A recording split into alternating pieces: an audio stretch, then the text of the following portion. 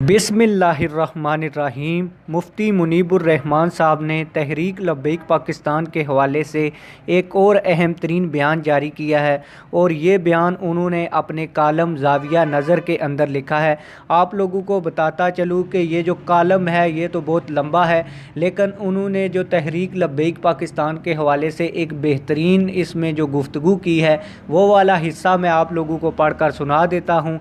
हमारे liberal media ने पहले से तयशुदा अपनी जहनीत, साख्त और सोचे समझे मंसूबे के मुताबिक और तहकीक और तफ्तीश के नताइज आने से पहले इसका रुख चंद नारों की आड़ लेकर एक मजहबी तंजीम की तरफ मोड़ लिया। ये लिख रहे हैं मुफ्ती मुनीबुर रहमान साहब अपने कालम में, और उन्होंने लिखा कि ये रवैया बहसीयत मजमूई गैर हकीकत पसंदाना अक्ल व दानश और तदब्बुर व तफक्कर के इसरार के खिलाफ है। ये ऐसा ही है कि डाकू या मुजरिमों का कोई गिरोह लूट मार करे, फिर पाकिस्तान जिंदाबाद का नारा लगाकर मुंतशिर हो जाए और सुनने और देखने वाले ये नतीजा अख़ज़ करें कि ये वाकई पाकिस्तानी अदारों या हुकूमत पाकिस्तान के इमा और आशीर्वाद के नतीजे में रूनुमा हुआ है। अलगर्ज मनसूबा बंदी के साथ कोई भी नारा लगाया जा सकता है और इसका रुख किसी की तरफ भी मोड़ा जा सकता है। हमारे एक बुज़ुर्ग कहा करते थे कि अगर कोई आपको कहे कौवा तो आपका कान ले उड़े, तो कौवे के पीछे दौड़ने से पहले अपने कान को हाथ से छू कर देख लेना चाहिए कि वो अपनी जगह सलामत है या नहीं।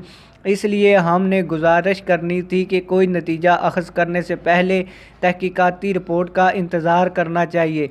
बाद में वज़ीर आज़म के मुआवन ख़ुसूसी बराए बैनुल मज़ाहिब हमांगी मौलाना ताहिर अशरफ़ी ने कहा कि इस वाक़े के पीछे कोई मजहबी तंजीम नहीं है, ये इंतज़ामी नाअहली का मामला है। मगर इस दौरान मेन स्ट्रीम के दर्जनों टेलीविज़न चैनल और सोशल मीडिया पर स्टूडियोज़ में बैठकर अदालतें लगाने वाले एंकर पर्सन और तजिया नगार तो अपने हतमी फतवा सादर कर चुके थे।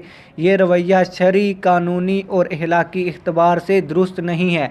आप लोगों की मुफ्ती मुनीबुर रहमान साहब के ज़ाविया नज़र कालम में लिखे जाने वाले इस पैराग्राफ के बारे में क्या राय है?